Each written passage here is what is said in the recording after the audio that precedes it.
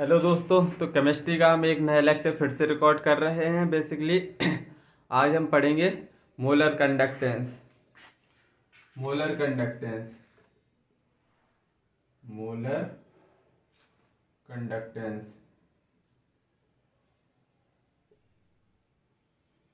Molar conductance को delta M से denote करते हैं।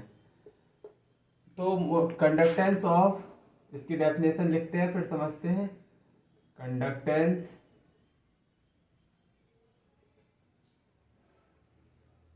of all the ions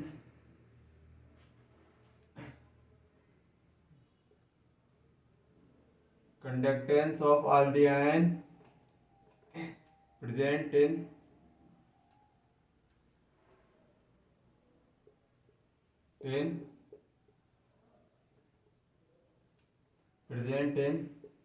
1 mole of 1 mole of electrolyte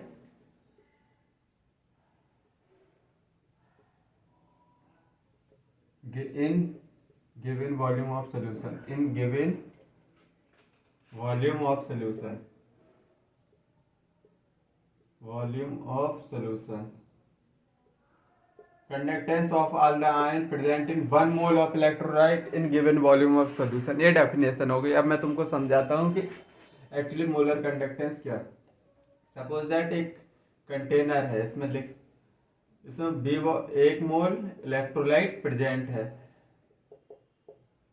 1 mole electrolyte present है। इसका वॉल्यूम कितना है? V volume. इसका वॉल्यूम है बी। अब देखो हमने पढ़ा था कंडक्टिविटी, क्या पढ़ा था हमने? वॉल्यूम कंडक्टिविटी बेसिकली क्या पढ़ा था? Conductance of 1 centimetre cube volume. ये बी सेंटीमीटर क्यूब है कंडक्टेंस। और जबकि हमने पढ़ा था कल conductance of 1 centimetre cube solution कितनी होती है? इसकी की होती है या नहीं? कप्पा। ये पढ़ा था हमने कल या नहीं? Conductance of 1 centimetre cube solution को कप्पा ही बोलते हैं, कंडक्टिविटी। तो कंडक्टेंस ऑफ, अब हम conductance of V centimetre cube solution के लिए पढ़ेंगे। सेंटीमीटर क्यूब के लिए तो ये कितनी हो जाएगी? Conductance of V centimetre cube solution तो के वी हो जाएगी, K we.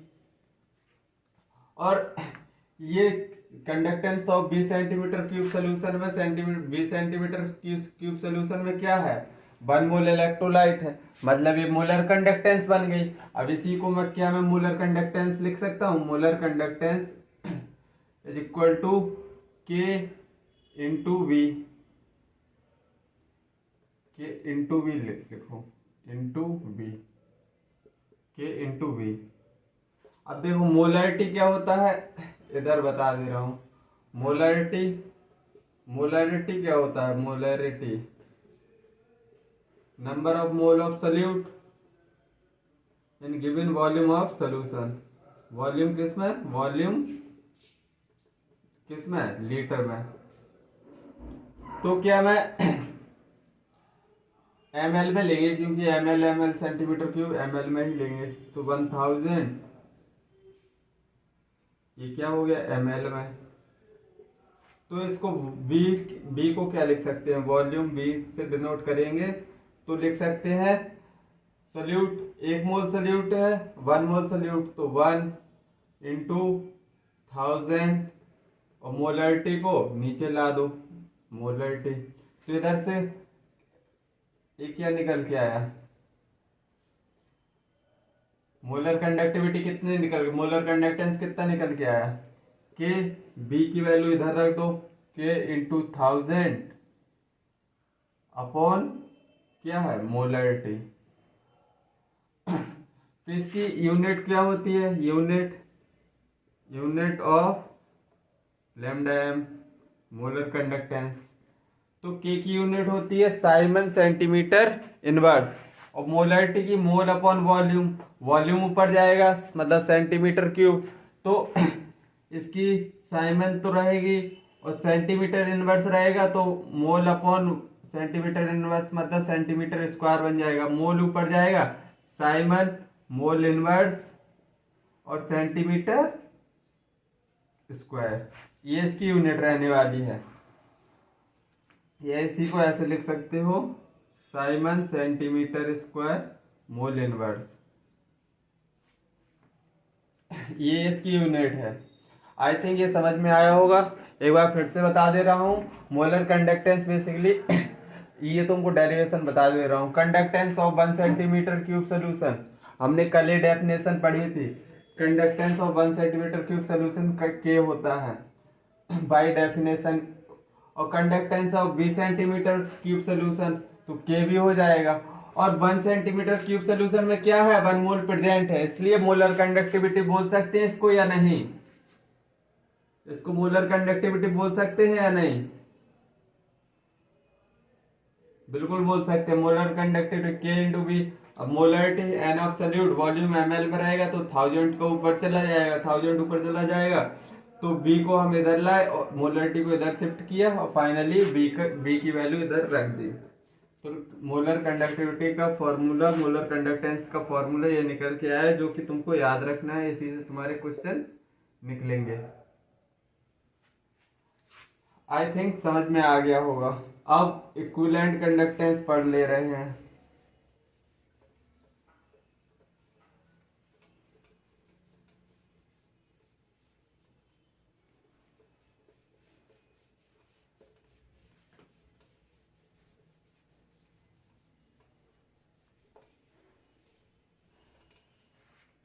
Equivalent conductance,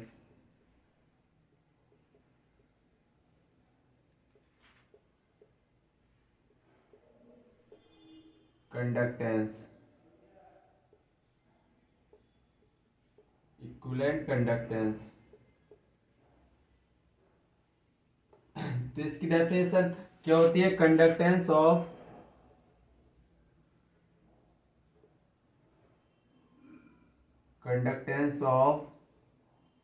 all the ions present in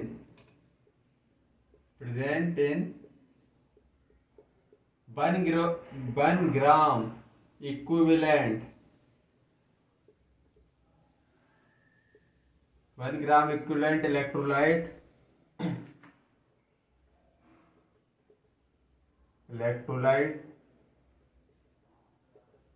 conductance of all the ions present in 1 gram equivalent electrolyte in given volume of solution, in given volume of solution को ही हम equivalent conductance बोलते हैं। अब basically equivalent conductance, तो फिर से कल की कंडक्टेंस देखो, एक कंटेनर है,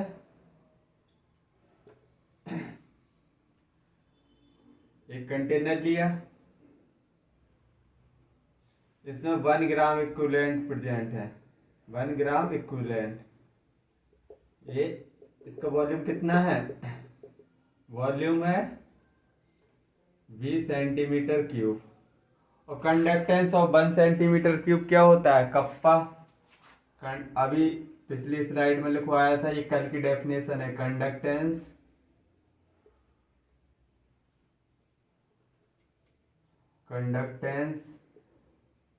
of 1 centimetre cube solution, conductance of 1 centimetre cube solution की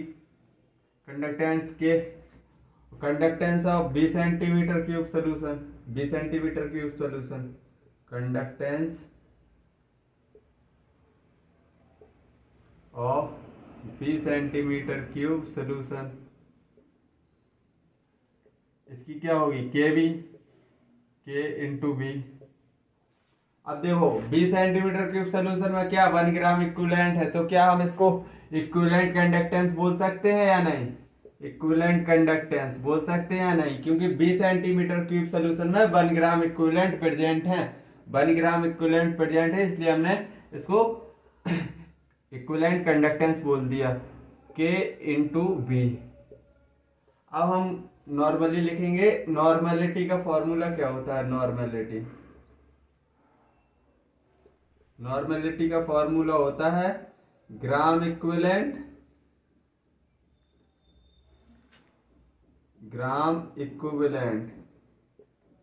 अपॉन वॉल्यूम। अगर ml में है तो 1000 ऊपर चला जाएगा, 1000 ऊपर चला गया। अब वॉल्यूम को क्या लिख सकते हैं हम? ग्राम इक्विवेलेंट वॉल्यूम को, नॉर्मलिटी नीचे आ गया, इंटू 1000।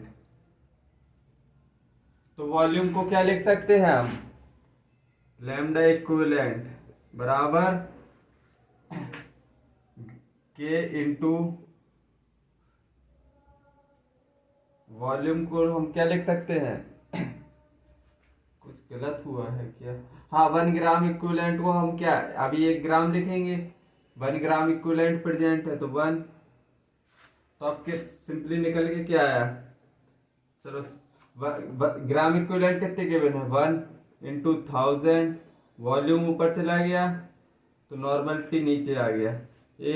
अब वॉल्यूम को सिंपली इधर रख दो, तो इधर 1000 अपॉन n निकल के आ गया फॉर्मूला, जो कि हमको याद रखना है। यही इंपॉर्टेंट फार्मूला है। इसकी यूनिट देखो, यूनिट तो के की यूनिट क्या होती है? Siemens centimetre inverse. तो साइमन और मोल ग्राम इक्विवेलेंट ऊपर जाएंगे, तो साइमन ग्राम इक्विवेलेंट इनवर्स और सेंटीमीटर ऊपर जाएगा, स्क्वायर में हो जाएगा, क्योंकि 1 सेंटीमीटर इनवर्स इधर रहेगा। तो इसकी यूनिट है जो कि तुमको याद रखनी। समझ आ रहा होगा। तुमको 2 चीजें समझाई हैं, एक क्या मोलर कंडक्टेंस, एक इक्विवेलेंट कंडक्टेंस। अब हम रिलेशन पढ़ेंगे।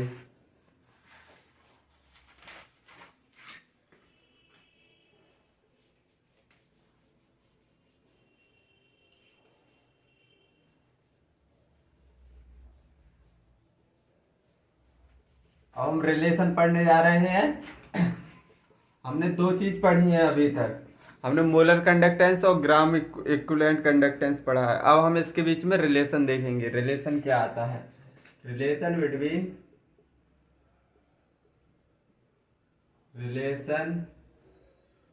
Between molar conductance and gram equivalent conductance.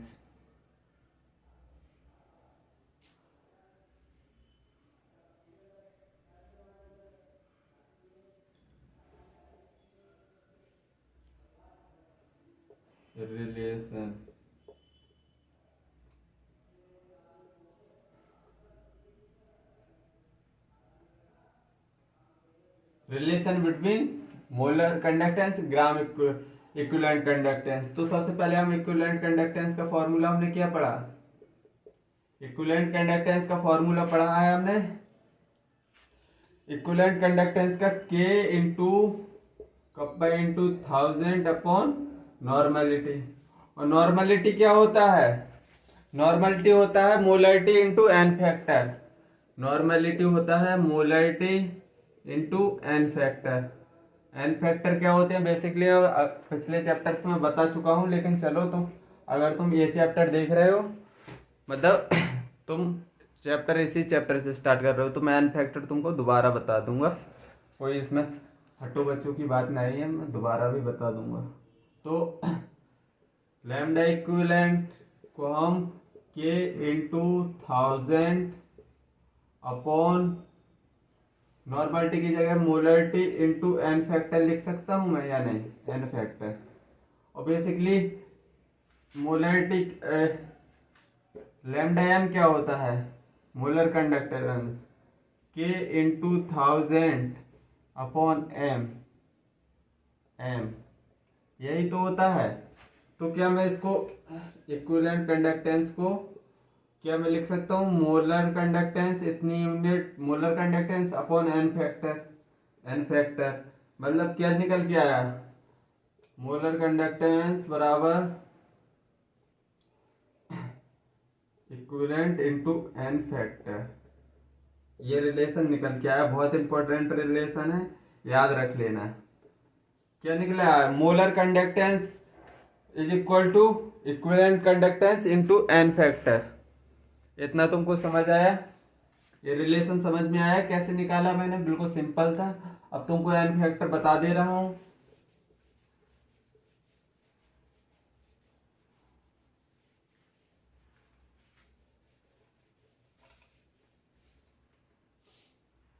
सबसे पहले एन फैक्टर, एन फैक्टर पढ़ रहे हैं हम।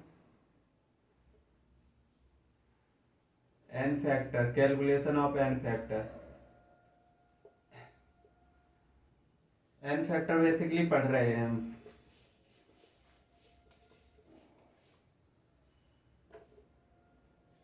तो एन फैक्टर पर सबसे पहले हम एसिड के लिए पढ़ेंगे। एसिड, एसिड के लिए देखते हैं हम बेसिसिटी, बेसिसिटी तो number of H plus ion given by 1 mole acid, 1 mole acid. जैसे H2S, सबसे पहले सिंपल से ही लो, HCl, ये किस में टूटेगा, H प्लस Cl माइनस में।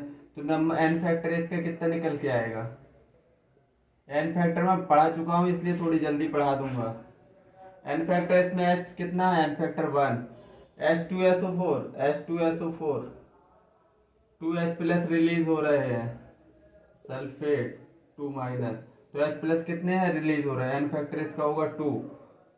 फिर H3PO2, इसमें एन फैक्टर कितना होगा, इसमें एन फैक्टर याद रखना है तुमको सिंपली, ये S3PO3, S3PO3, S3PO4, इसके एन फैक्टर तुमको याद रख लेना है, सिंपली याद रखना है इनके।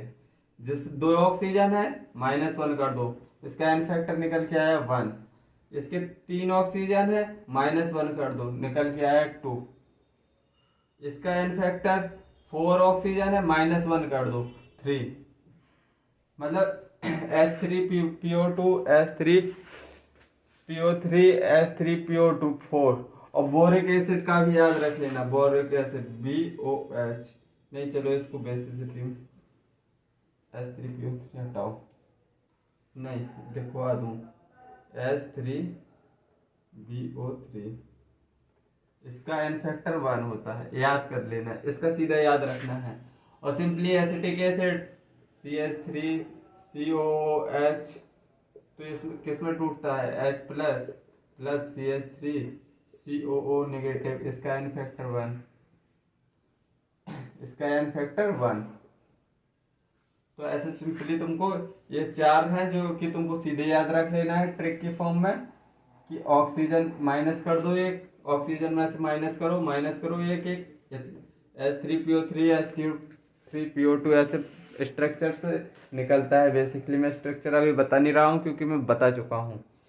और H3PO3 का सीधे याद रख लेना, ऑर्थोबोरिक एसिड बोलते हैं इसको और क्या लिख सकते हैं, BOH होल थ्राइस, ऐसे भी लिखा मिल सकता है तुमको।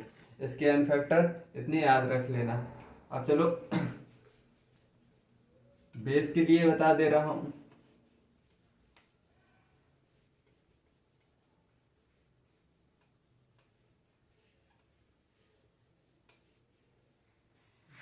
सेकंड बेस, बेस के लिए हम देखते हैं acidity, acidity number of OH ion release by 1 mole base. तो बेस के लिए लिखेंगे NaOH N factor, BOH KOH, तो कैसे टूटेगा? Na प्लस OH माइनस में ऐसे ही तो टूटेगा, K प्लस OH माइनस। तो इसका नंबर ऑफ OH आयन देखना है तुमको, MgOH whole thrice whole twice AlOH whole thrice, ये कैसे टूटेगा? Mg plus 2OH minus Al plus 3OH minus. अब इसका एन फैक्टर बताओ सबका। इसका OH 1 है तो एन फैक्टर 1, इसका OH 1 है तो एन फैक्टर 1। मैग्नीशियम हाइड्रोक्साइड का OH कितना है? 2, तो इसका एन फैक्टर 2। एल्युमिनियम हाइड्रोक्साइड का OH कितना है? 3, तो इसका एन फैक्टर भी 3। अब देखो एसिड बेस के लिए काउंट कर दिया, अब हम साल्ट के लिए देखेंगे।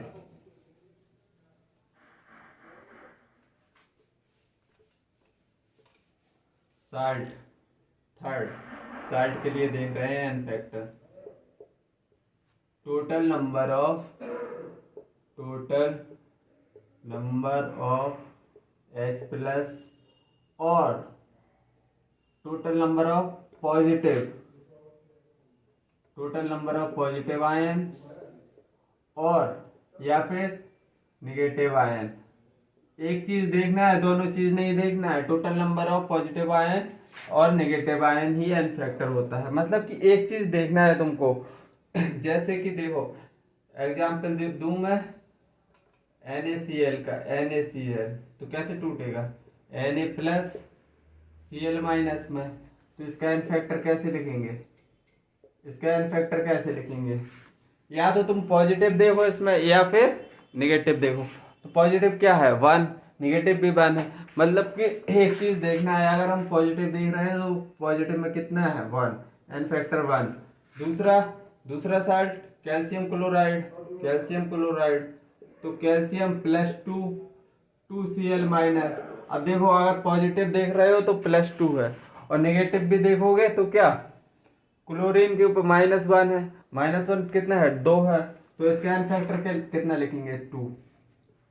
और salt magnesium sulphate Mg plus 2 SO4 -2, इसमें चार्ज देखो, +2 देख लो या -2, तो इसका एन फैक्टर कितना निकल के आया? 2।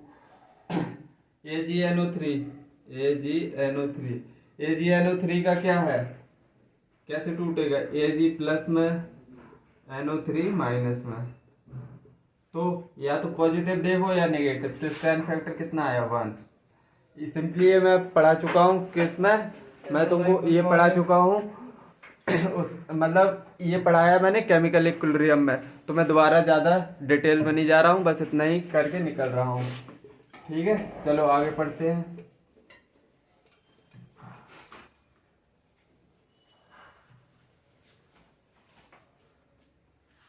चलो तो फिर आप क्वेश्चन प्रैक्टिस करते हैं। पहला क्वेश्चन लिखेंगे। पहला question, molarity of solution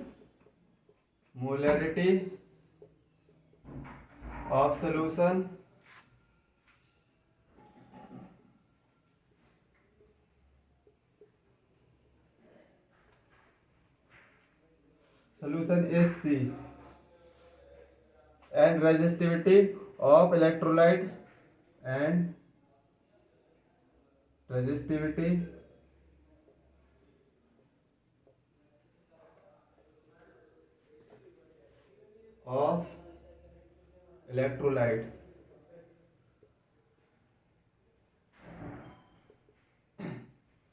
resistivity of electrolyte is R.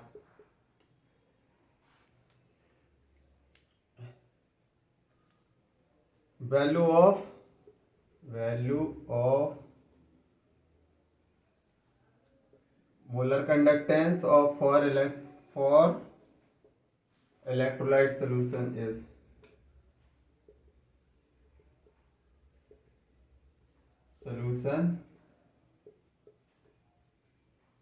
Is पहला 1000 R upon C, B option 1000 CR, C option 8C upon 1000, D option 1000 upon 8C। तो बेसिकली इसमें हमको क्या बताना है, value of molar conductance. Molar conductance का formula क्या था, के इंटू 1000 अपॉन एम। तो उसने क्या दिया है, मोलरिटी ऑफ सोल्यूशन सी दे दी है, मतलब मोलरिटी सी दे दी है, एंड रेजिस्टिविटी ऑफ इलेक्ट्रोलाइट दिए है, रेजिस्टिविटी रो दिया है आर। तो के क्या होता है बेसिकली 1 अपॉन रो, के बेसिकली 1 अपॉन रो होगा, तो 1 अपॉन आर। के की जगह हम लिख देंगे 1 अपॉन आर, एम की जगह क्या लिख देंगे, मोलरिटी सी दी है, तो के की जगह समझ में आ रहा है कि ऐसे ही मैं फर्जी पढ़ाया जा रहा। भैया रेजिस्टिविटी दी है, रेजिस्टिविटी आर, तो कप्पा क्या होता है 1 अपॉन रो, 1 अपॉन रेजिस्टिविटी को ही हम कप्पा बोलते हैं, तो रेजिस्टिविटी आर दी है तो आर लिख दिया। तो के की जगह अब हम क्या लिख सकते हैं 1 अपॉन आर, मतलब 1000 अपॉन आर। मोलरिटी की कितनी, मोलरिटी क्या दी है सी, 1000 RC आंसर है। इसमें ऑप्शन देखो डी ऑप्शन मैच कर रहा है। सभी ये नीट में या तो ऐसे क्वेश्चन आ चुके हैं, वही प्रोफाइल डाल रहा हूं, कृपया इसको अच्छे से प्रैक्टिस करें।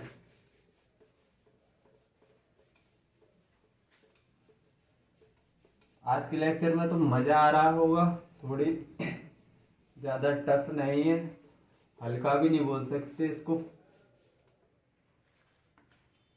इसमें अभी तक 2 फॉर्मूले पढ़े हैं, तीन फॉर्मूले पढ़े हैं, इसलिए ये लेक्चर तुमको सरल लगना चाहिए। अभी अगर अभी भी टफ लग रहा है तो फिर भाई गलत बात है ये तो। अगर तुमको 2 फॉर्मूले 3 फॉर्मूले याद नहीं रह रहे हैं, आधे घंटे से पढ़ा रहा हूँ, तो गलत बात है। दूसरा question, molar conductance, molar conductance of H2SO4 of H2SO4 solution, H2SO4 solution is 1000 Simon centimeter square mole inverse। Molar conductance दे दी है, द वैल्यू ऑफ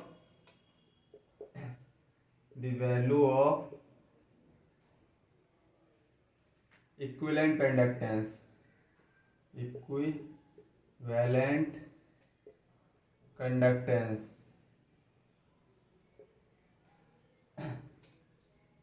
इज, बताओ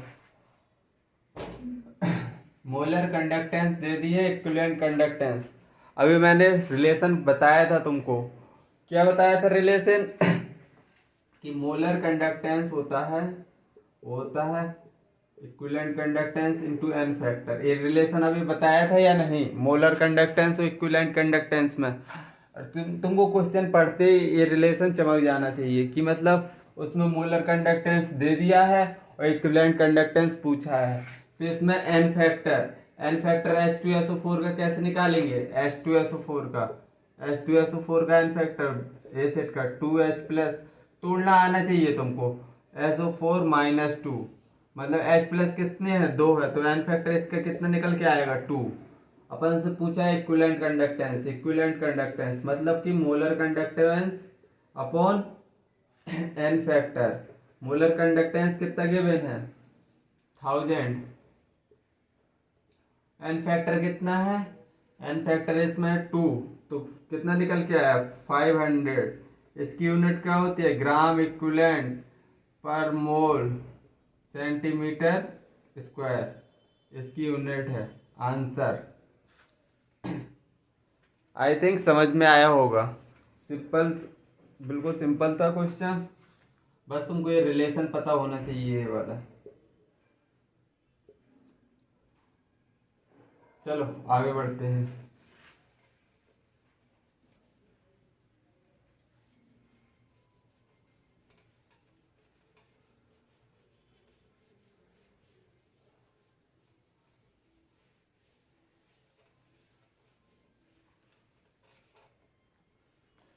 चलो आगे बढ़ते हैं और एक और क्वेश्चन करवाऊंगा मैं, अच्छा सा, थोड़ी मजा आ जाएगा तुमको। Question 0.1 molar NaOH solution filled between two disc shaped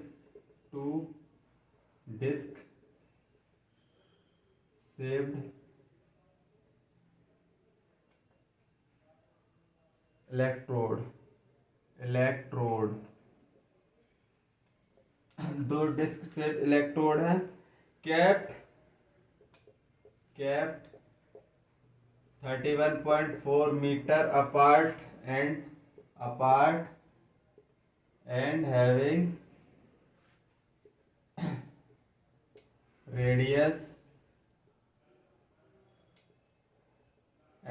radius of 2 centimetre each. उनकी रेडियस दे दी है 2 centimetre. If the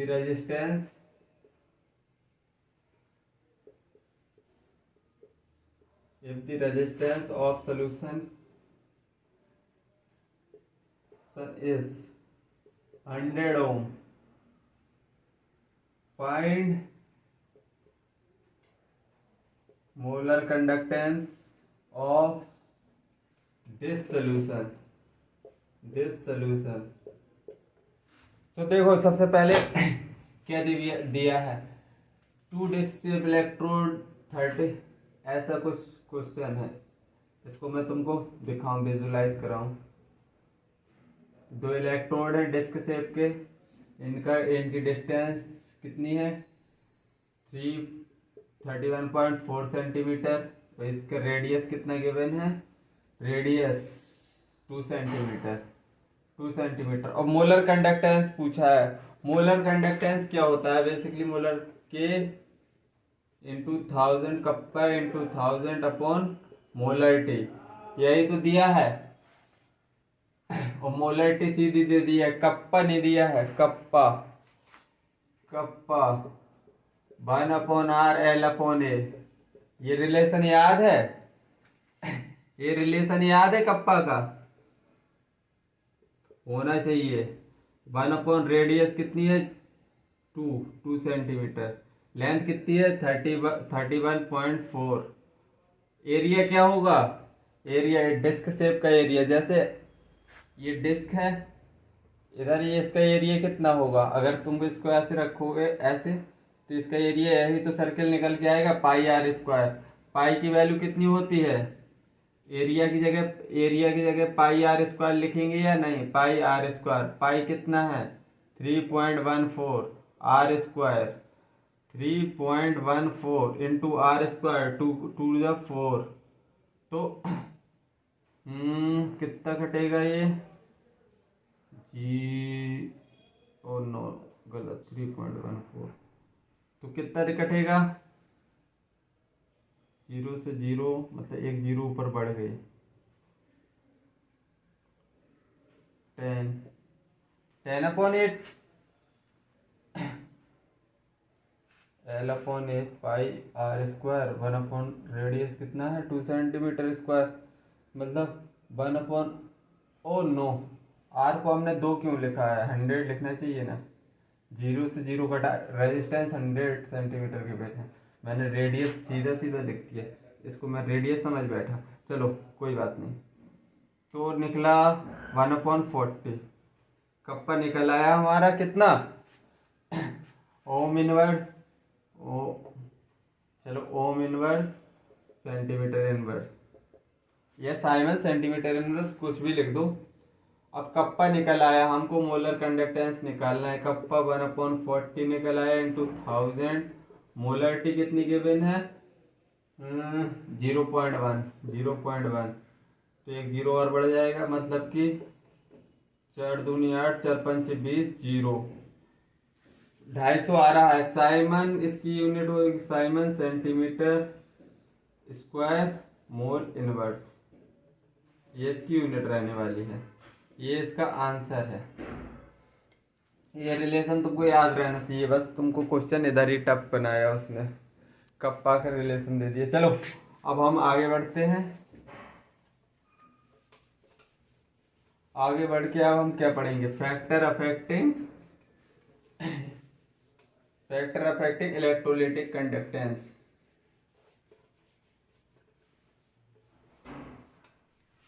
factor affecting electrolytic conductance पढ़ रहे हैं अब हम।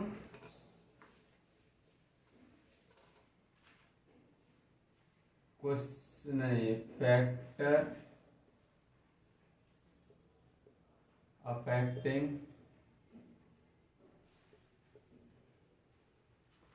इलेक्ट्रोलाइटिक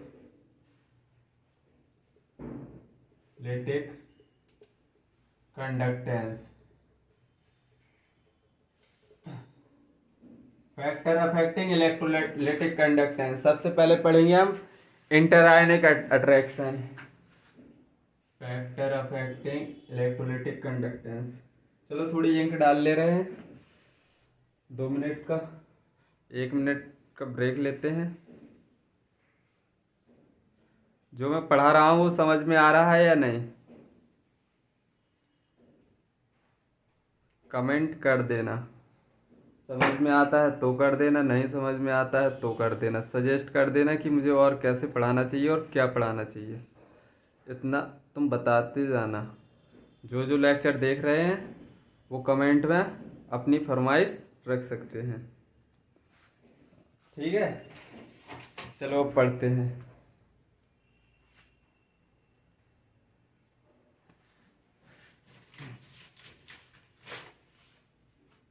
चलो सबसे पहला इंटर, ऊपर लिखते हैं बकाया, नहीं तो पूरे फैक्टर आ नहीं पाएंगे। Inter ionic interaction inter ionic attraction.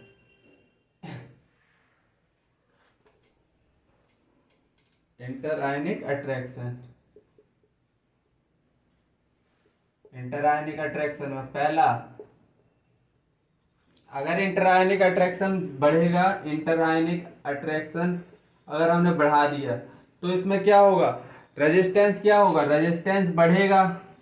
इंटरआयनिक suppose that resistance बढ़ेगा तो कंडक्टेंस क्या होगी? कंडक्टेंस कम होगी।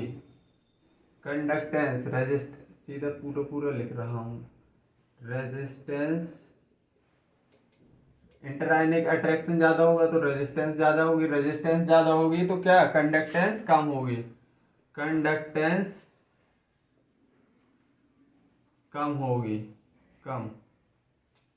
देखो सपोज दैट इंटरआयनिक अट्रैक्शन, अगर Na+ और Cl में इंटरेक्शन ज्यादा है तो इलेक्ट्रोड में पहुंचने में ये टाइम कम लगाएंगे, मतलब रेजिस्टेंस बढ़ जाएगा।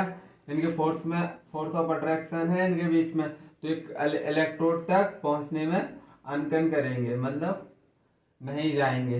इनके दोनों के बीच में सपोज दैट इलेक्ट्रोड है, अगर इधर आयनिक अट्रैक्शन ज्यादा है तो रेजिस्टेंस ज्यादा होगा, इसलिए कंडक्टेंस कम होगी। अब दूसरा पढ़ेंगे नेचर ऑफ इलेक्ट्रोलाइट। दूसरा नेचर ऑफ इलेक्ट्रोलाइट।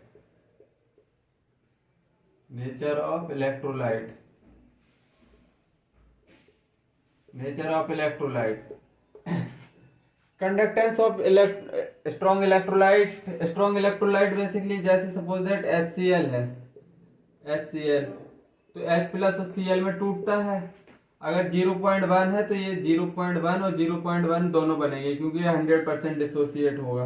और जबकि एसिटिक एसिड होगा CH3COH, तो CH3COO negative plus H positive. अगर ये 1 मोल है तो इधर 0.1 मोल बनेगा, 100% डिसोसिएट नहीं होगा, मतलब कि स्ट्रॉन्ग इलेक्ट्रोलाइट 100% डिसोसिएट हो जाएगा। तो नेचर ऑफ इलेक्ट्रोलाइट में कंडक्टेंस ऑफ स्ट्रॉन्ग इलेक्ट्रोलाइट ज्यादा होगी, क्योंकि अगर ये इधर 1 मोल ले रहे हैं तो ये टोटल 1 मोल में टूट जा रहे हैं। अगर इसमें 1 मोल ले रहे हैं तो इसका इतना ही पार्ट टूट रहा है, मतलब कि इधर पूरे पूरे आयंस जा रहे हैं। तो मतलब कंडक्टेंस ऑफ स्ट्रॉन्ग इलेक्ट्रोलाइट क्या होनी चाहिए, कंडक्टेंस ऑफ स्ट्रॉन्ग इलेक्ट्रोलाइट ज्यादा होना चाहिए, नहीं। तो मतलब कंडक्टेंस ऑफ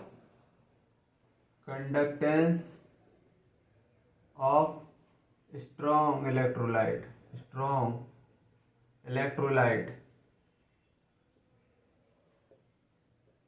इज मोर, इधर लिखो, is more than conductance of weak electrolyte.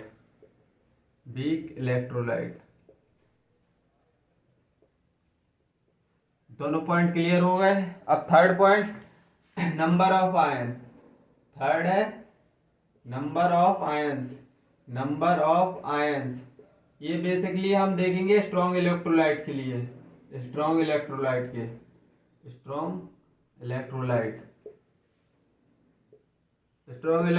में ही देखेंगे हम नंबर्स ऑफ आयंस की, मतलब जिसमें नंबर ऑफ आयंस ज्यादा होंगे तो वो suppose that number of ions ज्यादा तो कंडक्टेंस भी ज्यादा, उतने ही इलेक्ट्रोड के पास पहुंचेंगे नंबर्स ऑफ आयन। जैसे HCl एक H प्लस रिलीज कर रहा है, H2SO4 2 रिलीज कर रहे हैं, तो कंडक्टेंस किसकी ज्यादा होगी, H2SO4 की, क्योंकि 2 H प्लस रिलीज कर रहा है। HCl एक H प्लस रिलीज कर रहा है। तो number of ion conduct of strong electrolyte, number of ions बढ़ेंगे तो मतलब कंडक्टेंस भी बढ़ेगी। नंबर ऑफ आयंस बढ़ेंगे तो कंडक्टेंस क्या होगी, कंडक्टेंस भी बढ़ेगी। अब फोर्थ फैक्टर क्या देखेंगे हम, फोर्थ फैक्टर देखेंगे hydrated size of ion. Hydrated size of ion.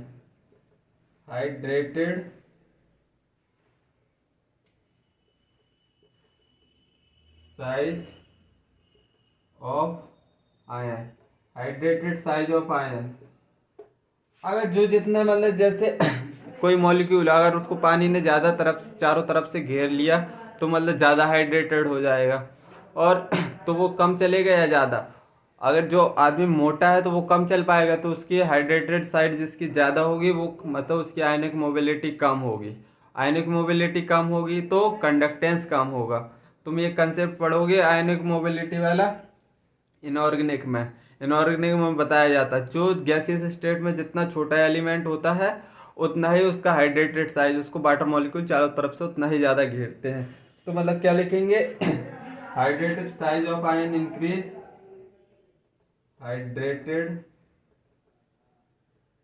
Size of ion increase, तो कंडक्टेंस क्या होगी, डिक्रीज होगी। आयनिक मोबिलिटी क्या होगी इसकी, आयनिक मोबिलिटी कम होगी। तो आयनिक मोबिलिटी कम होगी तो कंडक्टेंस क्या होगी, कंडक्टेंस भी कम हो जाएगी। तो आई थिंक ये 4 फैक्टर तुमको समझ में आ गए होंगे। 5वां फैक्टर मैं अगली स्लाइड में बता रहा हूँ। 4 फैक्टर तुमको क्लियर हो गए हैं, 5वां फैक्टर और बता रहा हूँ।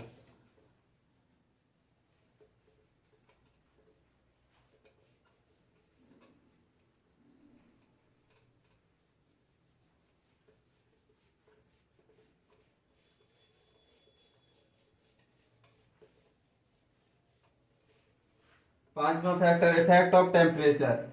5 टेम्परेचर क्या होगा, टेम्परेचर से कंडक्टेंस पे क्या इफेक्ट पड़ेगा,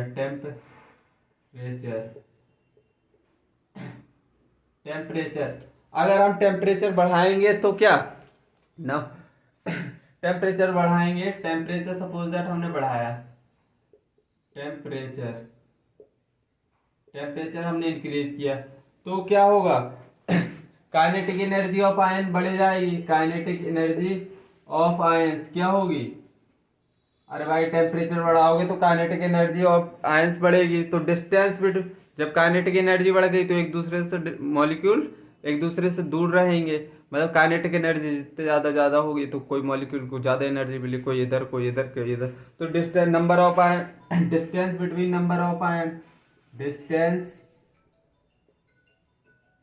चलो नीचे लिख दे रहा, डिस्टेंस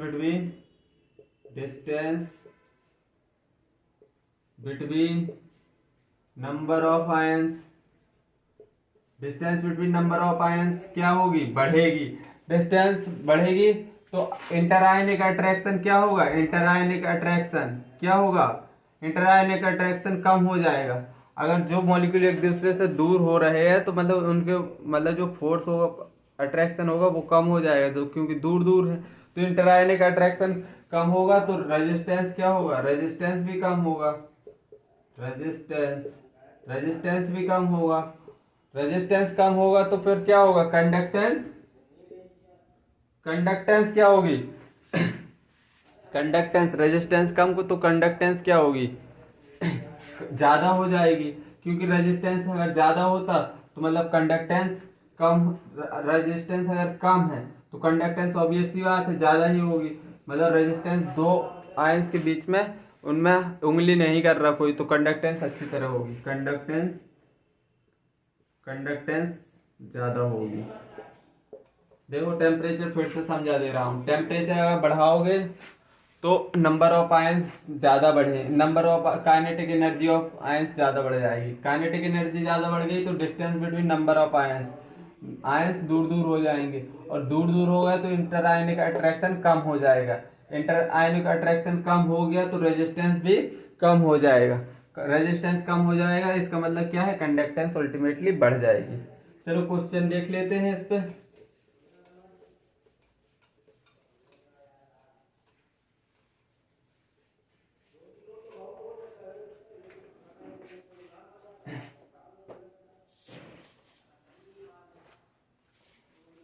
क्वेश्चन, अरेंज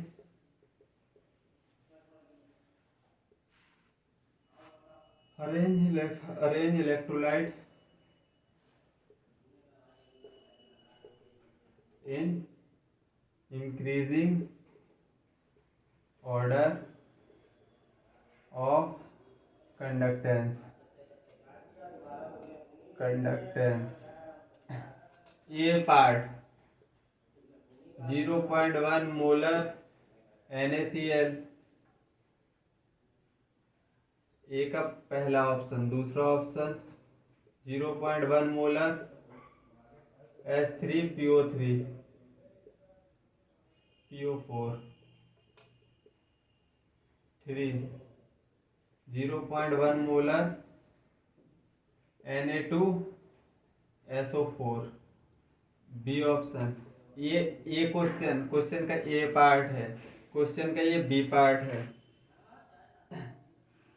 0.1 मोलर, चलो सी तो बनने वाला है नहीं इधर तो हटाओ, सी आगे ही करेंगे, B 0.1 molar NaCl equals 0.1 molar lithium chloride equals 0.1 molar KCl equals 0.1 molar RbCl equals. देखो पहले देखो, अभी हमने जो कंडक्टेंस के फैक्टर पढ़े हैं वही फैक्टर को यूज करना है, तो इसमें देखो ये स्ट्रॉन्ग इलेक्ट्रोलाइट है क्योंकि साल्ट है ये, तो Na+Cl- में टूटेगा, Na+Cl- में टूटेगा, H3 वीक इलेक्ट्रोलाइट है तो इसकी तो कंडक्टेंस सबसे कम ही होने वाली है, और ये क्या है 2Na+, +SO4-2। तो मतलब कंडक्टेंस सबसे ज्यादा किसकी होगी, स्ट्रॉन्ग, सबसे ज्यादा वीक से ज्यादा स्ट्रॉन्ग की होती है। स्ट्रॉन्ग में अभी क्या देखते हो, नंबर ऑफ आयन। वीक से ज़्यादा कंडक्टेंस स्ट्रॉन्ग इलेक्ट्रोलाइट की होती है, मैंने पढ़ाया था, क्योंकि उसमें नंबर ऑफ आयंस पूरे पूरे 100% डिसोसिएट हो जाते हैं, टूट जाते हैं। तो मतलब स्ट्रॉन्ग इलेक्ट्रोलाइट की मतलब कि थर्ड की, सेकंड की तो सबसे कम होने वाली है, सेकंड की सबसे कम, क्योंकि ये वीक इलेक्ट्रोलाइट है H3PO3। उससे ज़्यादा होने वाली है इसकी, क्योंकि ये दोनों अब स्ट्रॉन्ग इलेक्ट्रोलाइट है। स्ट्रॉन्ग इलेक्ट्रोलाइट में 2Na ये गिव कर रहा है, तो मतलब कि थर्ड सबसे ज़्यादा होगा, थर्ड सबसे ज्यादा और सेकंड बीच में।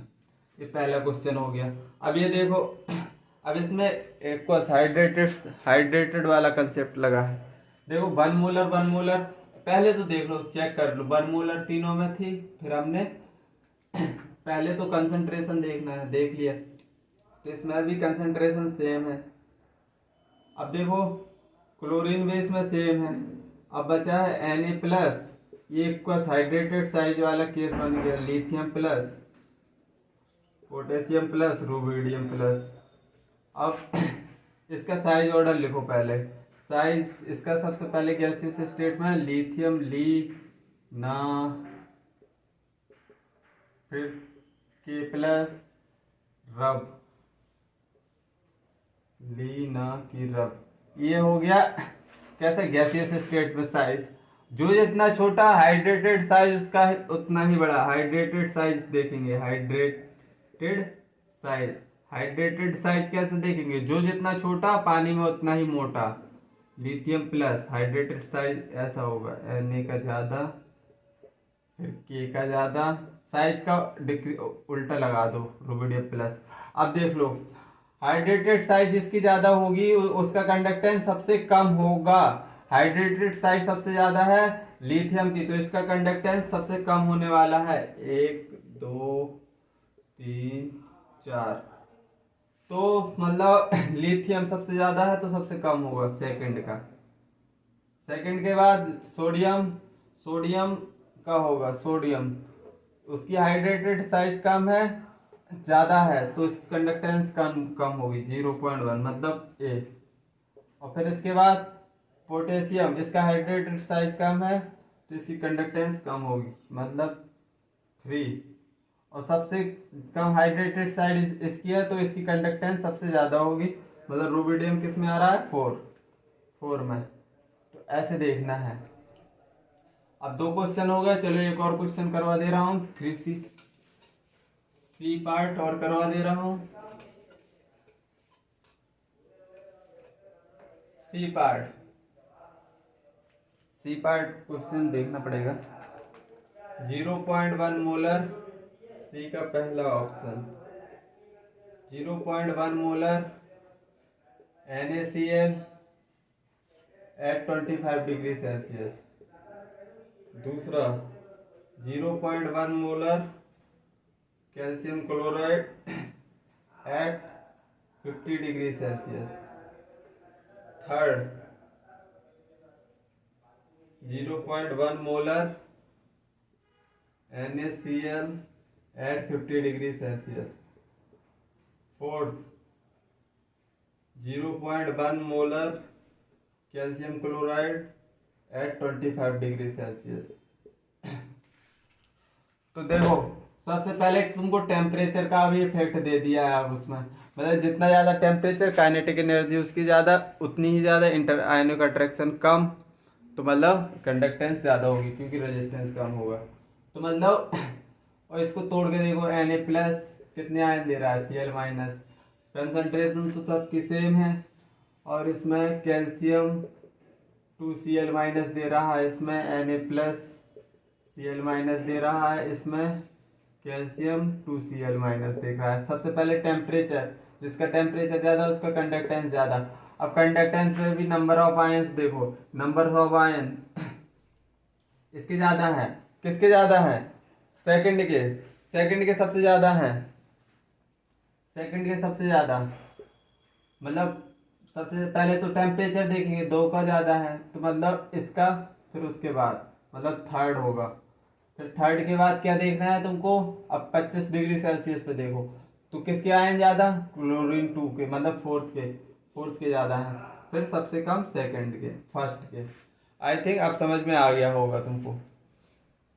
इतना समझ में आया तो फिर आगे बढ़ें। चलो आगे बढ़ते हैं। वैसे तो टाइम लेक्चर ड्यूरेशन चलो हटाओ, छठवां फैक्टर देख ही लेते हैं।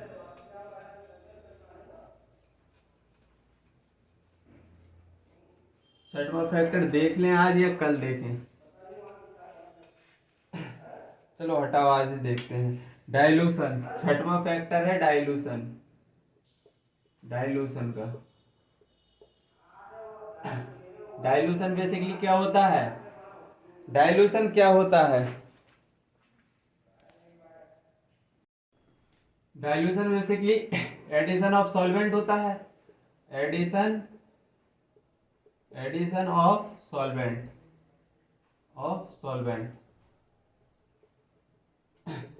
तो सबसे पहले देखेंगे effect on K, effect of on के।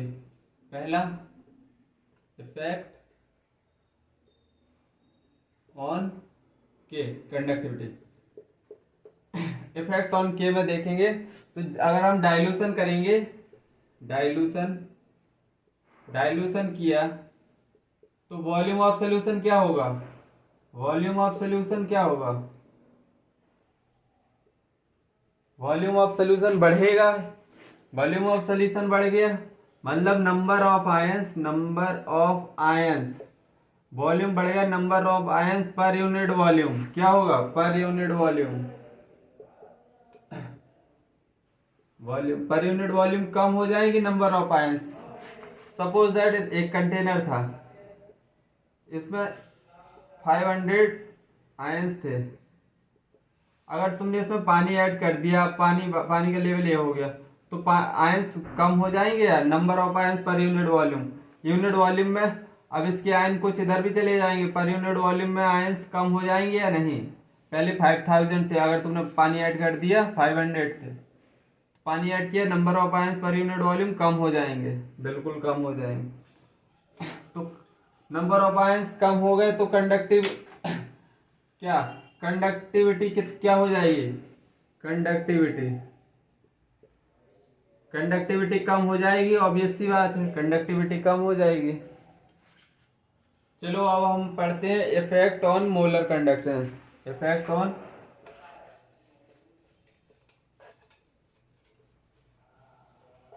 Molar conductance. Second, effect on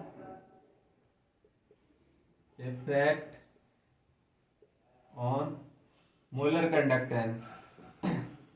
अगर हम डाइल्यूशन करेंगे, डाइल्यूशन सबसे पहले देखते हैं स्ट्रॉन्ग के लिए, स्ट्रॉन्ग इलेक्ट्रोलाइट के लिए। इफेक्ट ऑन मोलर कंडक्टेंस पहला देखेंगे स्ट्रॉन्ग इलेक्ट्रोलाइट के लिए, स्ट्रॉन्ग इलेक्ट्रोलाइट के लिए, स्ट्रॉन्ग इलेक्ट्रोलाइट के लिए देख रहे हैं हम। तो सबसे पहले हम डाइल्यूशन करेंगे, तो डाइल्यूशन करेंगे, वॉल्यूम ऑफ सॉल्यूशन क्या होगा, volume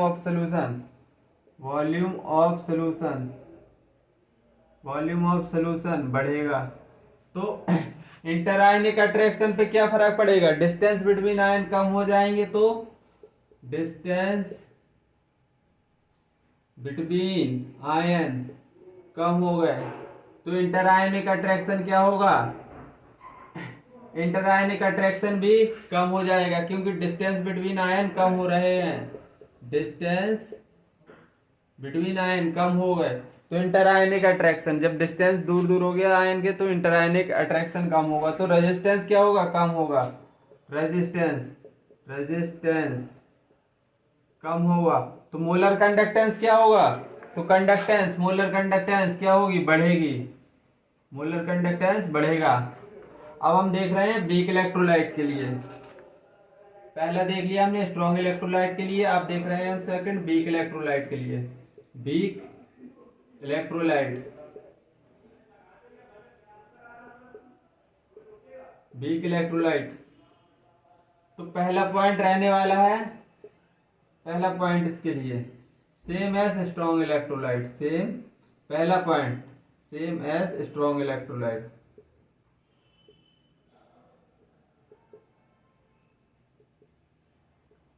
same as strong electrolyte. दूसरा, अगर डाइल्यूशन होगा, तो वॉल्यूम ऑफ सोल्यूशन क्या होगा? डाइल्यूशन होगा तो वॉल्यूम ऑफ सोल्यूशन बढ़ेगा, तो कंसंट्रेशन डाइल्यूशन होने पर कम होगी। कंसंट्रेशन अगर कम हुई तो एक तुमने रिलेशन पढ़ा होगा वीक इलेक्ट्रोलाइट के लिए, अगर कंसंट्रेशन कम हो रही है तो डिग्री ऑफ डिसोसिएशन क्या होगा? अल्फा क्या होगा? Degree of dissociation, degree of dissociation, degree of dissociation क्या होगा? बढ़ेगा। इसको लिख दूं अल्फा रूट सी के, degree of dissociation. Concentration dilution करने पर कंसंट्रेशन कम हुई तो डिग्री ऑफ डिसोसिएशन बढ़ा। अगर डिसोसिएशन टूटने की मात्रा बढ़ गई तो नंबर ऑफ आयंस क्या हो गए in a solution? Number of ions in A